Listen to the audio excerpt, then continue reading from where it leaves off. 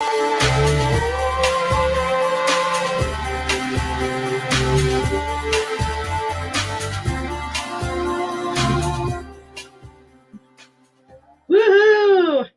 Hello, good morning. Welcome to the original Loretta Brown Show, radio to open the heart, heal the soul, awaken the consciousness. Benny, dancing in. Who doesn't like to dance in? We're doing it like back-to-back weeks. We kind of do it from show to show, from time to time. If you're not doing it, you should, right? You should. Okay. Yeah. You know, especially if you're grumpy, just put that music on and kind of, like what would happen if you were dancing with the kids in the morning? Uh-oh. Well, how dare you, first of all, being grumpy on a Thursday? It's not going to happen. Shouldn't happen. No. It shouldn't at all. Yeah. A lot of my clients are like, everybody's like, Loretta, what happened to the summer? I go, it's still summer. Still here in Seattle today, especially. Don't say goodbye to it until you have to, right? Yep. I guess, we're coming up on Labor Day in school and maybe I said some bad words in there. But yeah, just take it a day at a time. Enjoy those last little bits of whatever. And yeah, we almost always have a great September here in the Seattle area and kind of have, nice weather, Indian summer. I did notice that the leaves outside my office, I looked out and I went, oh, they're starting to change colors. So they do give us clues that change is in the air. Mother Nature's doing her thing. Our wisdom teacher. Yes, she's definitely our wisdom teacher. And I don't know, is that what it's all about, right? We got to go through the seasons. And I don't know, I love fall. I love it. I like the crispness of the air and all that kind of stuff. I'm not so good in the dark part of January and February. I have to admit it. So get your seasonal lights. I'm just thinking ahead. Benny. Just thinking ahead. It's all good. Yep. Anyway, I'm the owner of Reiki Oasis, located right here in the greater Seattle area for the last 27 years. And yeah, we're still up and running. I am doing a lot of Zoom sessions as well as in-person sessions. And, I have clients all over the world is how that works because I just been around for a year or two. That's why that is. And of course, we do lots of things over there. We do Reiki and healing work. I'm a channel. So, we never know quite what's going to happen, but we do it, do what we can to help you. I also have two things coming up. I have my monthly class for women, the Temple of the Divine Feminine, is this coming Saturday, August 27th. We do it via Zoom. And if you want to be part of that, you can find out more about it at ReikiOasis.com or sign up at schedule.ReikiOasis.com for everything. And then if you have been thinking about studying Reiki, I have several people. I've taught Reiki for 30 years, right? A lot of people their heart is calling to them and they're finding that they want to get into more spiritual work or service to humanity, or maybe it's time to bring their gifts to the world. And so if Reiki is on that path for you, I will be doing all 3 levels of Reiki. Reiki 1 will be September 10th. Reiki 2 will be October 8th, and Reiki Masterclass will be November 12th. So you could go through the entire training before the end of the year and really launch yourself out there. So, while we're doing the show today, maybe your heart will call to you and it will make sense, and you will know if it makes sense for you. By the way, I do believe everybody should study Reiki 1, even kids and dogs and pets. And everyone should know how to do it because it just really connects you with a deeper dimension of yourself, and off you go from there. This good foundational stone. And then big shout out and thank you to my listeners that support on Patreon. I'm a listener supported show, and big love to all of you. Quick check in with astrology. We have to do it. August 22nd through the 25th, and today is the 25th. The sun has been conjunct Regulus, and Regulus is one of the 4 royal stars in the sky and is considered the protector of the north sky. It rules our crown chakras and brings positive energy our way. So some of you have been telling me, Loretta, what's going on? Like I'm all over the place. My crown. Oh, my daughter used to call it the clown chakra. How's your clown chakra, mama? Yeah, joy could open that crown right up. I don't know, lift right off the planet, off we go. But if you've been having this kind of upsurge of energy, this desire for things, maybe even having trouble sleeping, well, your soul could be calling to you. And then coming on August 22nd, Monday, this past Monday, the sun did move into Virgo. We left the fiery Leo and went into the practical, organized Virgo. Thank you, Virgo, for showing up in my life, because now maybe I can get things organized and cleaned up. And I got to be honest with you, I'm a fire sign. So when Leo was here, I was messy and emotional and happy. And now Virgo's like, let's get it done. And I'm like, yeah. Let's get it done. So Virgo, the Virgin goddess, is about independence, strength, and doing things not for others, but for us. And that's not selfish. Sometimes it needs to happen. The Virgin goddess was powerful in herself, and she didn't need a partner in life. She was confident, self-reliant, and she could be with whom she wanted, when she wanted, and she didn't need to answer to anybody. Through all this freedom, however, she always honored herself and treated her body as her temple. And that's the energy that we're going to be transiting for the next month. And I really suggest you put it to good use, right? August 24th, which was yesterday, Uranus, that planet of freedom and sudden change, entered retrograde until 2023. Uranus is the planet of change and awakening, and as it enters retrograde for the rest of this year, we are able to look back over the changes that we have made over the last 7 months and assess where we have landed. And I want to remind people that last year the predominant energies was Uranus, the planet of freedom, banging up against Saturn, the planet of karma and structure, and bang, bang, bang. What's it going to be? Are we going to keep doing it the same old way? Are we actually going to close a chapter on a book? Are we going to look at the world around us and ourselves and say, oh my goodness, I'm amazing. I'm still alive. I've crawled through life and flown through life. And I got that, that grease on my face, right? I think Janine's done that too. My guest today, I'll introduce her in a minute. But we have a fresh, clean page in front of us. My beautiful listeners, a fresh, clean page. It is the first page of the trilogy. Yeah, it is. It's your trilogy. You're the hero. You're the heroine. You get to figure it out. And I suggest that we just kind of brush the cobwebs away and step forward into it. Now, today, August 25th, I'm going to look at Vedic astrology for just a second. Venus is at midpoint of Rahu Ketu, which is 22 degrees Cancer, Aries Libra, for those people that understand. And this is a karmic time in the area of relationships. It's the best time to evaluate your past relationships and how they have shaped you as a person. So I suggest, especially today and tomorrow, that you take the opportunity to see how you can move forward and heal from any past unpleasant experiences. You may even think about an important person from your past, or you may have some contact with them. And this transit is going to test the stability of your current relationships. So there can be unexpected urges or events that happen. And that just means that you need to take a deeper look at it and kind of evaluate, what is it that you did yesterday that might have served you very, very well? But maybe there's an impulse within you right now. Maybe you need to freshen it up, dust it off, or even revisit it. And when I say relationships, I mean all relationships. Your intimate relationships, your relationship with your job, your relationship with your family, and your relationship with yourself, of course. So when we take a look at it, we can just do it in a new way. And then coming up Saturday, August 27th, new moon in Virgo. So Mars is once again active under this new moon, helping us to connect with our passions.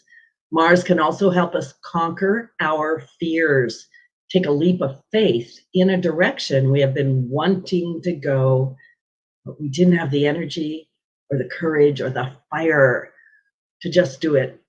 whenever Mars energy is strong, we do have to be mindful of being too impulsive or hasty or allowing our temper to get the better of us.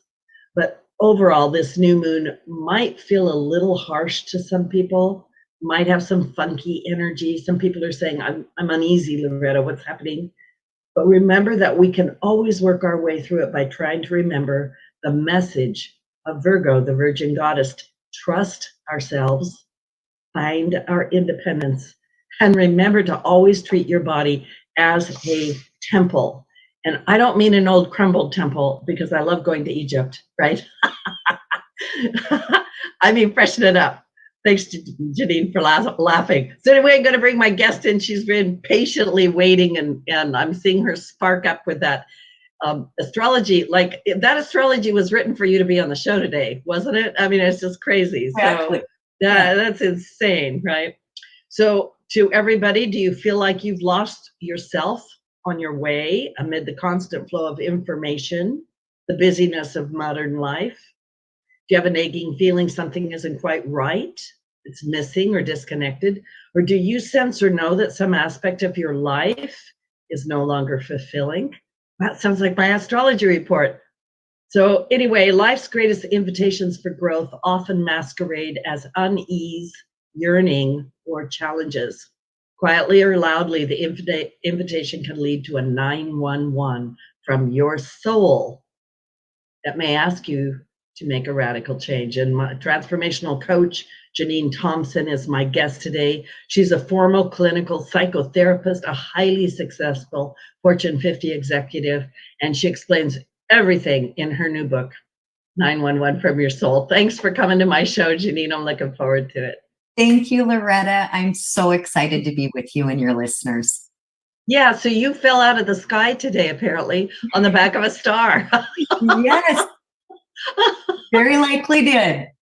I would love for you to kind of introduce yourself to the audience and tell us, how did you get to what you are currently doing? Because you have this history of doing other things. Yeah. So kind of give us a little bit of history about you. Thank you. Yeah. So, yes, my career has been very eclectic. I started out as an evidence-based psychotherapist treating panic disorder, obsessive compulsive disorders, and psychiatry for a decade. So the important piece of that, it was very evidence-based, what was proven. It's kind of funny because I made fun of what I do now today, and I think that was very intentional in my dharma. So that was the first 10 years. The second 12 years, I was a Fortune 50 international executive, was the head of international HR, and helped a couple of companies open up their international businesses around the world, which was also, I love the intelligence of the universe. Like, I wouldn't have chosen that. I avoided every single business class. My mind doesn't work that way. And yet, that's where I, landed and was guided. And it became such a tremendous gift to meet all these beautiful souls around the world and learn about their cultures and their values and what made them come alive, and to really see how similar we were around the world. And then I started a transformational coaching practice about 12 years ago, combining what I call the beauty of the Ann, science-based techniques. I still have that clinical mind that's interested in the sciences, but I'm more interested in the truth of who we are as divine expressions and the energetic world and our unlimited potential. So today, whether I'm speaking, writing, or coaching, at the core of what I help people do is turn inward, to come home to their soul or their inner genius, whatever language or experience works for them. But that's where the gold is. That's where the vast wisdom is, the creative inspiration. And I think it's only inward that we can find lasting peace and joy and happiness, and how we're here to uplift the world. You know, I have traveled the world a lot, and of course, I lived in Saudi Arabia for almost 9 years. And you just said something that I actually like to point out to people and have them consider. Often we get so caught up on our differences at the surface, like your hair color's different than mine, and I love your lipstick. I should have it. It matches my shirt, but Thank you. It's happy, isn't it? yeah, it is. I love it. But we get so caught up on that we forget that we all have basic needs, everybody. And I've always looked at the world as souls on a journey. And, it's like if we can figure out how to find happiness, or we can figure out how to find fulfillment, or just stop, right? So in your book, you take us through, it's really beautiful, right? You take us through all kinds of things to get to that point of discovering the self at some level. So I don't really know what my question is there, but if you could just talk a bit about what it is that you have laid out in your book.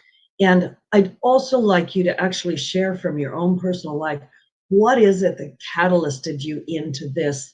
Because the name of your book, 911 from the Soul, and I know I've just laid out the whole interview right there in those few sentences, but jump right in there and just kind of fill that in for us. Sure. So the phrase 911 from your soul came out of my own personal experience. It was a time in my life where it looked like the details of my life from the outside were outstanding. I had great children who we just had a really delicious, fulfilling, wondrous relationship. I had the big job, the travel, the cars, the accoutrements of success. And from the outside looking in, it's like, wow, she's got it going on. She's got it all. And yet for several years, there was this persistent yearning, always in the middle of the night, usually at 3:33 a.m. I just kept hearing, there's more for you and there's more through you. And I, at that time, was still kind of in my science orientation. So I just thought it was a bit of a nuisance that I was being woken up in the middle of the night. But ultimately, it led me on a search for what was missing. I was caught in the trappings of outward definitions of success, and my soul was saying, listen, there is something more for you. And a beautiful thing happens when you don't know the answers. I didn't know the answers. All my best practices were failing me. All of my education, all of my success couldn't lead me back home to my soul. So it led me to yoga and Reiki, which again, I used to make fun of. And I think that was the intelligence of life teaching me and humbling me in some ways. And it was that beautiful union of mind, body, and spirit I had never learned about. And I became obsessed in the best possible way with learning everything about soul. And I believe only inward can we find what it is we're truly looking for. So when you asked about how did I lay out the book, it was that. It was helping people tune into, gosh, am I having a 911 for my soul? Because I believe many individuals are. Yes. I think we collectively are. I think we're collectively being asked to return home inward and tune in with our wisdom so we can live a more harmonious life, not only within ourselves, but frankly, towards one another and our planet. And so the book is laid out with the 7 key principles. And these 7 key principles, soul, mind, body, heart, gratitude, service, and love, are a blueprint. And they'll give you an earth view of each, and I'll give you a soul view of each. And that's who we are. I think we're a spiritual being, a soul in a wonder suit, of a body. And it helps us create greater coherence between our truest nature of the highest expression we are and and our humanness. And I think that's what we're all needing to do, is find that beauty of the and, so we truly can create the world that we all long for. So many people come to me and they will say something similar to what you said, like, Loretta, it's not that I'm unhappy, but I'm not happy, right? It's not that I'm not fulfilled, it's just that I'm not fulfilled, right? So there's that missing element. And it's a question. So that is the 911 from the soul? Yeah, for me it was. It can look a little different. For me, it was this something elusive was missing. And I tried to gratitude it away. Every night I'd be in prayer, Yeah. so grateful for this and that. But that softness, my goodness gracious, I have do not disturb on and silence. But apparently we had a visitor. I was going to say someone was calling. That's exactly right. The soul just said, no, we got to It was a Yeah. 911. Emergencies get That's through. what I think okay. they were saying, All ding, right. ding, ding, we're Okay. on the right track. Mhm. So it can look different. It can be something missing for your life. You might just wake up in the morning and not feel the same juice. You go to the same job, but the fire's not there. Or maybe you're being asked to shift something radically in your life. A relationship might be ending that you didn't choose, and or that you know you need to choose but don't want to. You might have a health crisis, a financial crisis, and all of them, though they seem like a challenge or crisis, I consider them to be one of the greatest love notes from the universe. It's actually saying, hey, there is more through you. There is more for you. And if you can just embrace this unknown, and it's scary, but all growth occurs in the dark. Like if you think of seeds, Right. flowers, plants, it's all in the dark. And it's in that unknown that we actually become open. Because I wasn't open. I had been through many stressful things in my life. And I tell you what, 30 years ago, when I was a science-based psychotherapist, if somebody would have talked to me about coming home to soul and some of the practices I teach, I'm like, yeah, I would smile politely and then moved on with my best practice articles, Yeah, I love that. Yeah, been there. Me too. Yeah. Is that right? Okay, Yeah. so you get it. Yeah. I'm just smiling back in the day when I started Reiki Oasis, like stepped away from traditional work, whatever that is, right? And stepped into this pathway. I remember it just going like, there's this tug, this pull that you're just going to do this thing now. You just have to do it, or you're going to die or something. You're going to regret it if you don't, right? Right. Minimum. Yeah. Right. And then trying to figure out what people were like, Loretta, what do you do? I still get that to this day. Like, Loretta, what do you do? Right. Right. Oh, So, yeah, so there it is. I also liked something that you said. And, when we talk about 911 from the soul, right, this calling from the soul, this signal, you also brought it down into what I call the very living level of life. So, because you mentioned in your book that a common theme among 911 events is a shift in identity of some kind. But it doesn't have to be a massive shift, or does it? No, I think that's what was difficult. I couldn't pin it down to one simple explanation that would apply to everyone. For me, it was a loss of identity. I didn't realize how much I had falsely identified with my role as a Fortune 50 executive. And even as a mom, it was my human roles. And so it ended up being a major identity shift. When I left my job, I thought, who am I now? Like, who am I now? And I think for people who are going through relationship challenges or health challenges or financial challenges, that same question arises. Who am I? I'm no longer who I knew myself to be. So what does that mean now? you know? Yeah. But for some people, it's a softer, quieter whisper in the middle of the night saying, yes, everything's okay. And yet, this isn't enough for you, my dear. Yeah.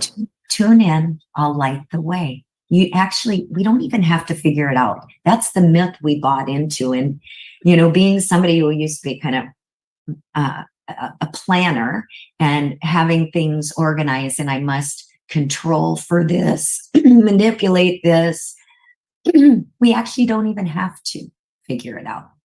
The intelligence of life will move to us, away from us, and through us for the highest good of all. I love the fact that you said we don't have to figure it out, because I often think people are thinking too much, right? And then I have sometimes I say to people, if you could stop trying to figure it out, the only thing left is figuring it out, right? Like I think as Yoda said, there's no trying, there's just do or not do. Yes, absolutely. But it's the Yeah. opposite. It is the sheer antithesis of what we were taught, right? So science would say we have up to 70,000 thoughts a day. And we literally say things like, figure it out, use your head. So we've been taught that the head holds the answer. When what we actually even know from a science perspective now is that we've got three brains. We've got a gut brain, a heart brain, and a head brain, and the information is ascending. It actually flows up. So most of our intelligence, and this isn't new, by the way, it's just new to most of us. The first gut brain book was in 1907.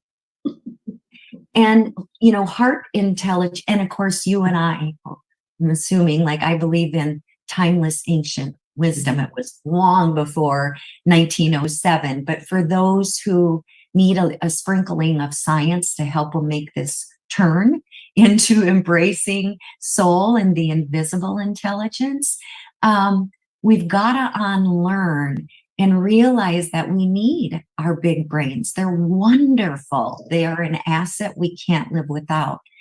But your true wisdom is going to come from the gut and the heart's intelligence. And then the brain will plan it out for you. Then the planning comes into place. Yes.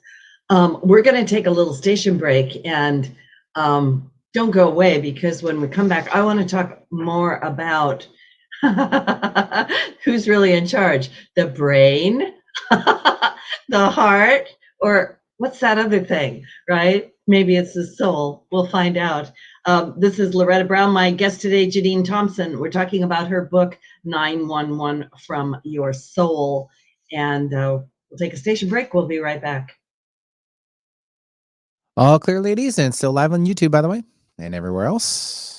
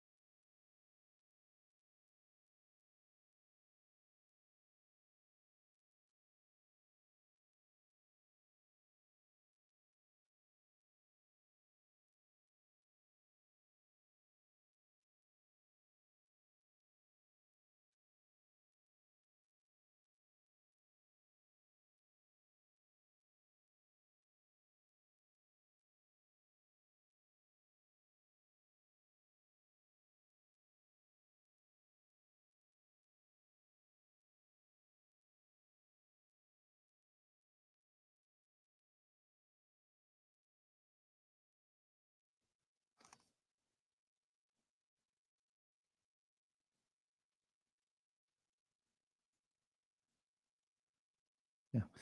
Let me know when you're ready to come back to there, Loretta. All right, stand by.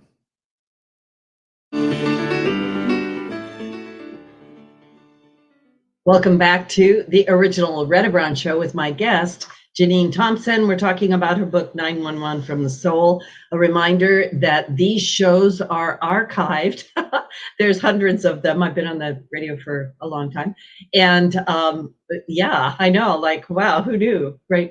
And you can go to the original Loretta Brown Show at the KKNW 1150 AM archives. You can find us on iTunes, Podcast One, Spotify, all over the place. Let's just put it that way. And do listen to them again. I want to ask you, Janine. By the way, during the break, we were talking about your path a little bit, your dharmic path. And I just want to say this to you. You feel to me as though you have deepened and enriched and expanded through everything that you've gone through to get to this point. And I just am saying that on the air because when people look around to find someone to go to, I think people like you are the best people for them to go because you've gone through it. Like, you know, as a healer or as a channel or as a worker with people, I know that you can only take people to where you've been. That's the truth. So if you've been through the entire underworld and came up the other side, you can kind of show people how to get there, right? Absolutely. Yeah. Yeah. In a way that you can connect, that's just simply not possible if we at some level haven't walked in the shoes. Yeah. Similar shoes. They're always different, but. So what is soul? Yeah. So soul to me is who we are. It's eternal essence.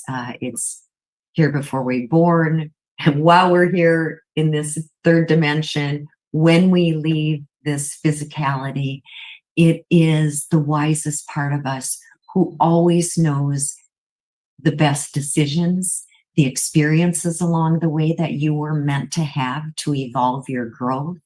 It always is your best friend, like the great friend who is cheering you on and whispering, "You've got this. You can do this. I know this. This is who you are." I think it is a God seed expression. I think that we are nearly 8 billion lights across this beautiful globe. And with all of us living the embodied soul that we are, holy wow, the world that we can create is incredible. And it's what most of us sense is possible. We just got to be more of our true nature more of the time.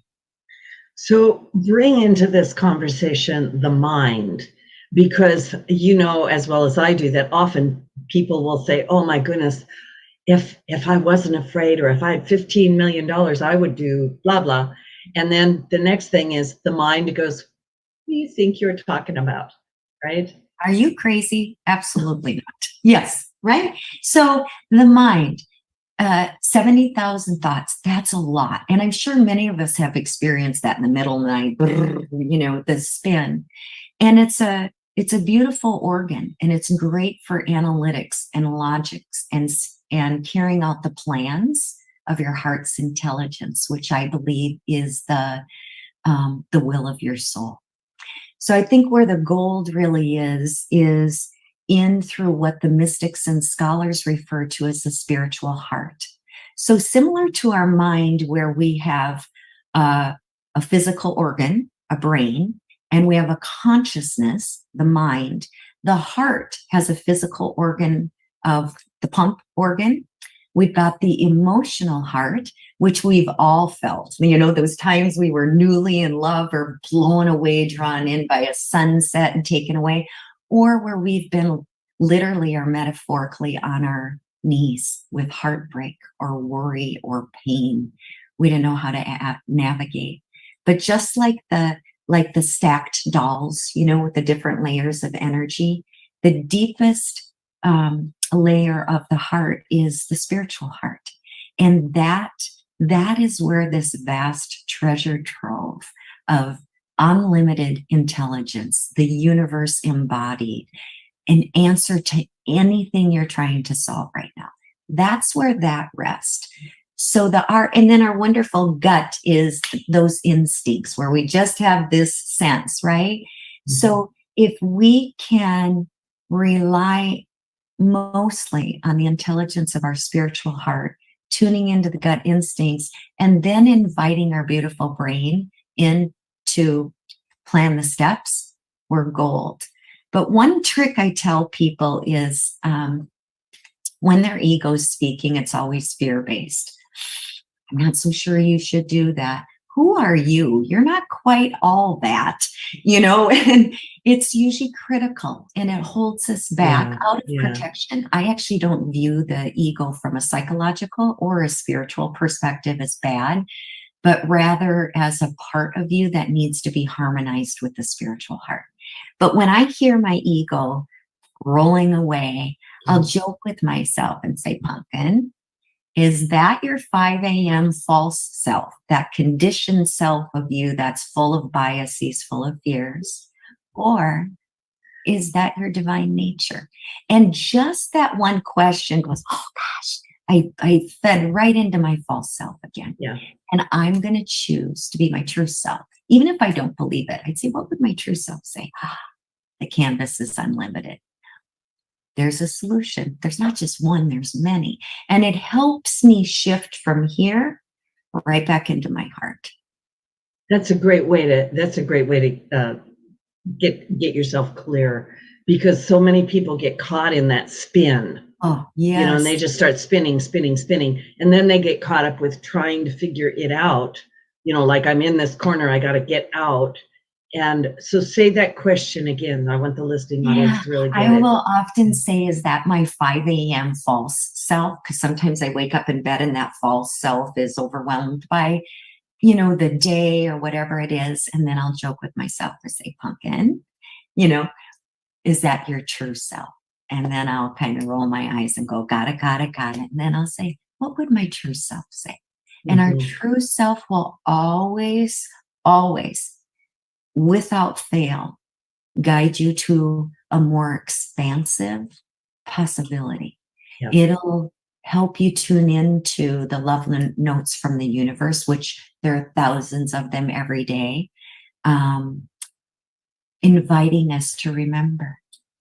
And then the pressure's off. But it's something that took me a long time, especially since I was an evidence-based psychotherapist, a cognitive behavioral therapist. It was about reframing the mind, changing the mind, the limiting beliefs. And although I do some of that work now today with hypnosis and etc., folks are really having a tough time. It really is tuning into the soulful self and that unlimited mind of possibility. Mm-hmm. Yeah. There's a lot in what you're saying. Sometimes people come to me and they'll be like, Loretta, I don't know whether I should do A or B or what should I do? And I'm kind of a firm believer that if you can't really know if you're just sitting still, but if you start to move in a direction, even if it's energetic, then you can get, like you say, those love notes from the universe. Like, yes, this is the right way, keep going, or adjust your path just a little bit and do this. Absolutely. I always say we can't make a wrong decision. Right. The universe, if we're tuned in and say, help me here, like, give me a giant sign I simply can't miss, and we'll get a course correction. And so feel free to experiment. If we tune into our body, it might be tight as all get out in our shoulders or our belly, or it might feel like a big breath of air. It's alive. And all those little signs are like, keep going. And if we're meant to redirect, boy, I tell you what, it becomes unmistakable. There's struggle. You feel like you're slugging your way through. It's scarier. We'll get course corrected, which is the love of all that is. Yeah. And you can't do it wrong. I love what you said also about tuning into the self, and you can actually sense it or feel it, or there's an indicator within your own body. Many could be as simple as goosebumps. Sometimes somebody says something and whoa, you get goosebumps. That happens with me with sacred literature, even in language like Aramaic that I don't understand.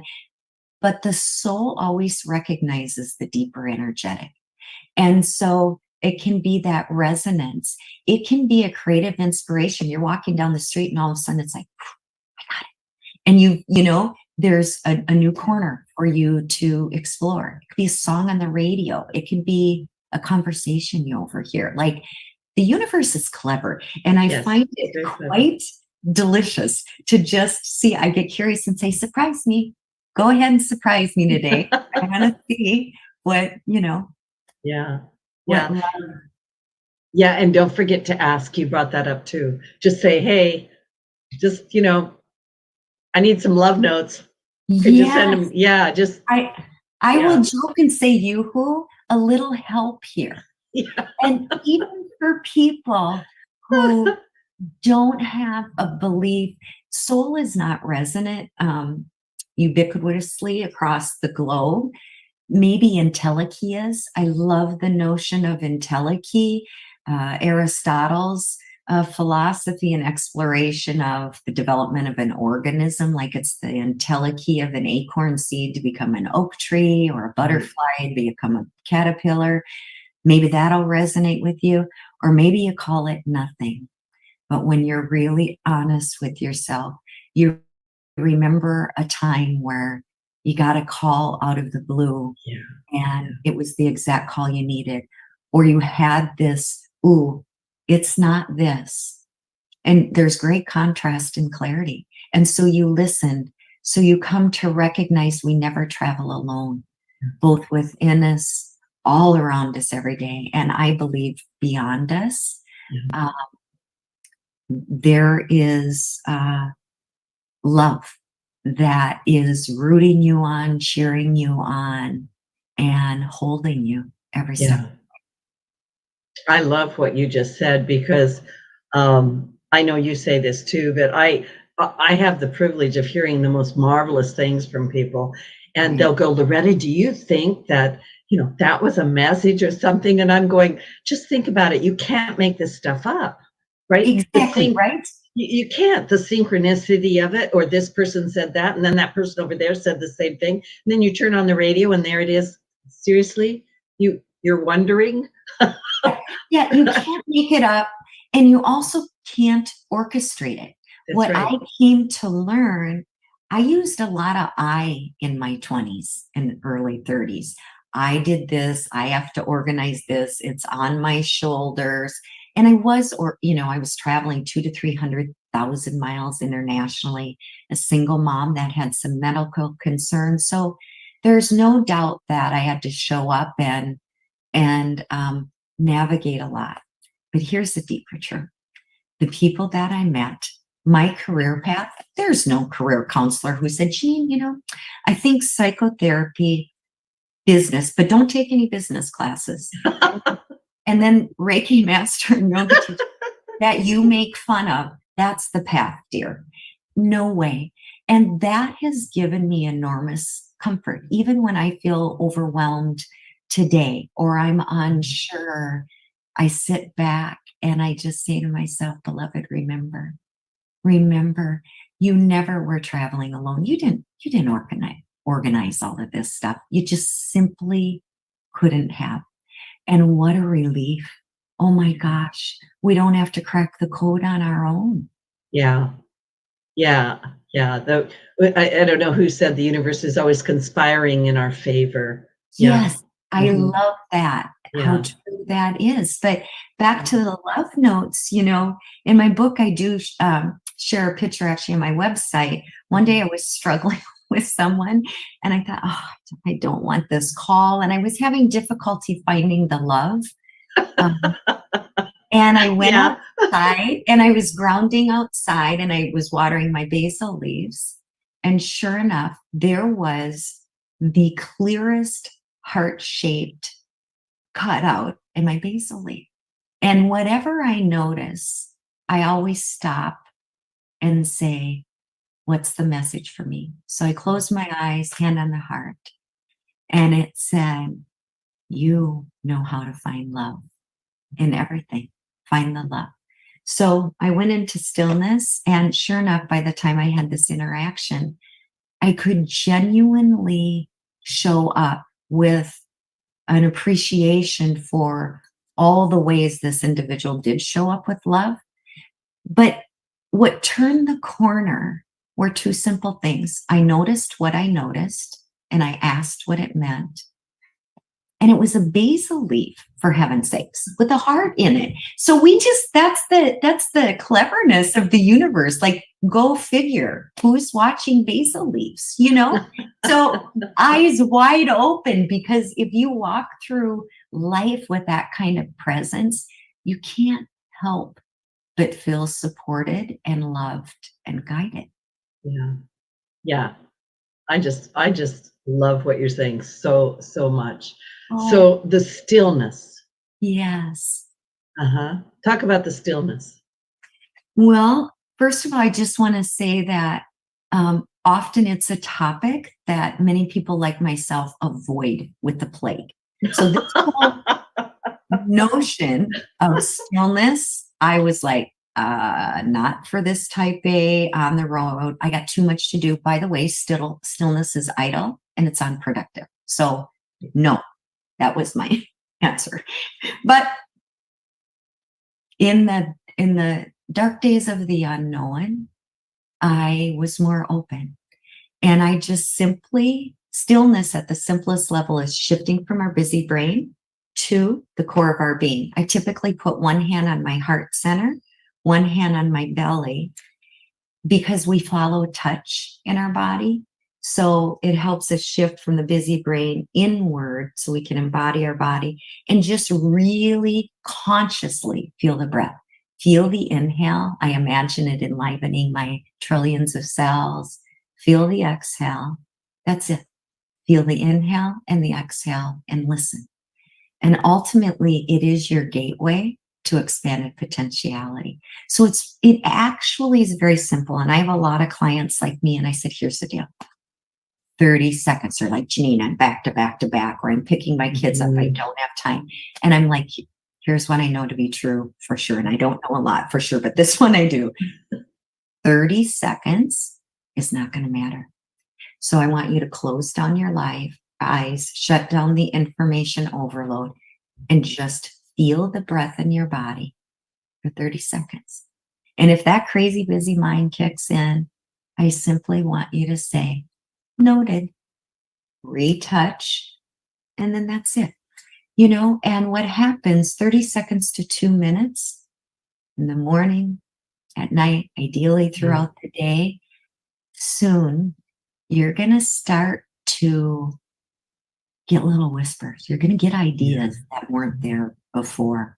So I can't say enough about stillness and the resistance to it, but I know we've all got 30 seconds, and it's amazing what it does to resettle your energy and open up the gateway to the truth of who you are.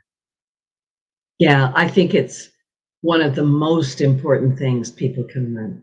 Absolutely, hands down. I am with you, hands down. I said that in the book. I think it's down. the most profound practice. Now, I do think, and this was a good learning for me, sometimes stillness is quieter. You sit and it's quiet, but the data is actually really clear that you can get to that same level of brain waves through a freeing run where we lose our busy mind.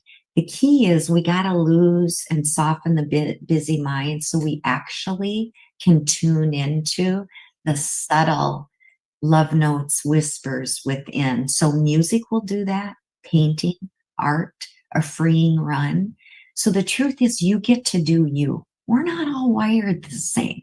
So go do those active pursuits if that's more your jam, but challenge yourself to integrate at least 30 seconds of stillness. And I think you'll be surprised. Most of my clients start there, and then they might want to spend 15, 20 minutes over time, because it resets the entire trajectory of the day, the week, the month, the exquisite beauty, but also heightened division and chaos right now in the world. Yes. I think it's a miracle free tool that we all can do. Like, we can't fail at it. How wonderful is that? Yeah. You know? Well, and it's available to us anytime. And I'm with you. Great We're point. we're so overstimulated. You know, we've got a screen in front of us all the time, or we've got information coming at us all the time. And yeah, a lot of people are like, have we lost the art of focus and concentration, or We just have. emptying the mind? Mhm. I actually, I think you hit it. I was reading one, so I'm still a nerd. You know, I've got this kind of bit to me that I still love the science. Yeah, me too. Some would consider completely woo-woo too, but I was reading that, you know, our average attention span since the iPhone, because there's constant swiping, has gone down to 8 seconds. So part of it is we have mind stories that say, I simply can't concentrate. I'm too busy. And I'm going to ask you to say, all right, I'm willing to even be still for 30 seconds, even if it's not silent. Even if 20 times during the 30 seconds is, I need to call this person, I need to run to the store, I need to pick up my kids, and you'd simply go, noted, retouch, feel. Like, if we really feel that breath in our body, this little active mind of ours will dial in. Well, and I also believe in the law of repetition. So the more you do this, and you are retraining your brain, right? It could be a way of saying it, but also, absolutely, I love that. Yeah. And then tuning into, as you say, we have those three brains, come down in, right? Yeah. And however you can get there. For some of my folks, like I said, the Russian stack dolls, like, just thinking of layers of yourself might be a way to think of getting into that spiritual heart. That is, everyone has it.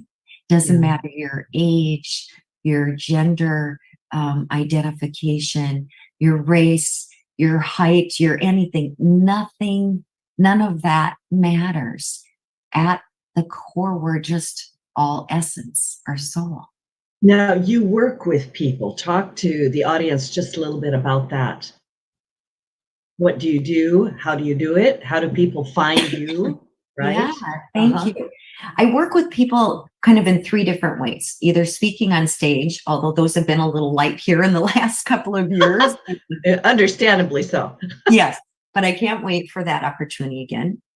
I do a lot of one-on-one coaching, and really I call it potentiality immersion, but it's about what it is you're seeking, because I can draw from hypnotherapy, I can draw from my certified high performance protocol. I'll always infuse some science-based protocols if that's what they want. Or I simply teach them how to embody who they really are, and to come to an understanding that works for them. Soul works for me, but it might not for others. But what can they connect with that allows them to get this untapped potential? Because that's at the core of what I do. I believe we untapped potential on the table every single day. And it's actually that potential that will change your life, the life of your loved ones, and the life of our planet. Oh, that's so well said. Yeah, and I'm just going to say this. I think our poor tired world needs that. So we need everybody. We need your light. We need your whatever you brought with you. Everybody.